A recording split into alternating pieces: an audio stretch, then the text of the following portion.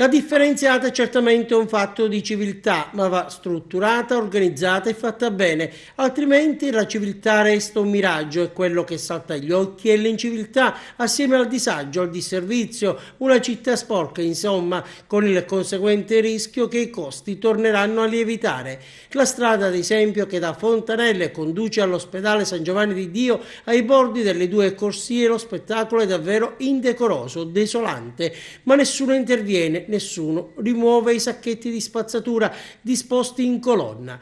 Le segnalazioni arrivano anche da Villaseta, ecco qui i cumuli di rifiuti nel centro abitato, rifiuti di ogni genere, anche se le percentuali della differenziata sono incoraggianti, come hanno fatto sapere da Palazzo dei Giganti, non si può fare a meno di stringere l'obiettivo su questi scenari poco edificanti, così come certamente la notizia che la Tari per il 2018 sia stata ridotta è una notizia importante, positiva, ma è altrettanto vero, come rilevato dalla CGIL ieri e dalla consigliere comunale di Forza Italia Pasquale Spataro oggi, il contenimento è frutto di minori servizi.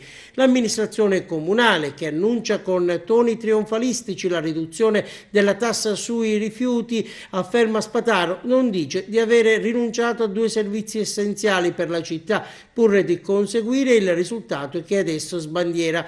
In città non viene più praticato lo spazzamento delle strade e il discerbamento. Dunque mastelli pieni, a parte le discariche, e strade non spazzate e investate da sterpaglie. Ecco Agrigento di cui si vanta l'amministrazione comunale. I cittadini pagheranno bollette meno care, il 6% mediamente meno. Probabilmente sì, tuona Spataro, ma perché pagheranno solo un servizio anziché tre, come da contratto. Ed è una straordinaria prospettiva, ironizza Spataro, per una